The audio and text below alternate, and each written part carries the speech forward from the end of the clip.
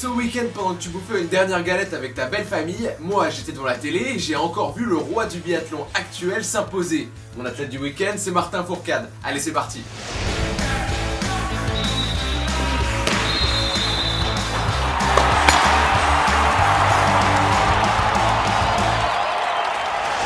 Bon, dans le panthéon du sport français, t'as du Zizou, t'as du Tony Parker, t'as du Teddy Riner, t'as du Sébastien Loeb, du Nico Karabatic, mais il y en a un qui commence à s'y installer doucement, tranquillement, c'est le petit Martin Fourcade. Bah attends, quand t'accumules les trophées, les exploits et qu'en plus ça devient une normalité, tu peux que t'inviter dans le carré VIP. Comme tous les ans en janvier, la Coupe du Monde de biathlon s'installe à Ruhpolding dans les Alpes bavaroises.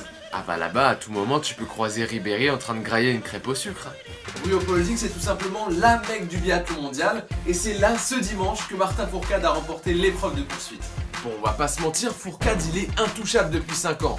Sauf que le gars, pendant la course, il a une avance plus que confortable, et il se permet 3 fautes au tir. Ah bah quand tu vois Emil Svensson, le Norvégien, et tous les autres, qui se rapprochent comme dans les dents de la mer, je peux te dire que tu flippes, garçon.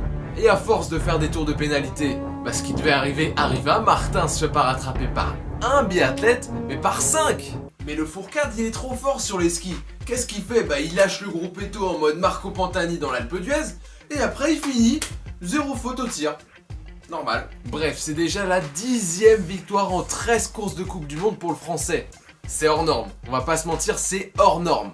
Donc forcément, au classement général, bah il y a un petit écart.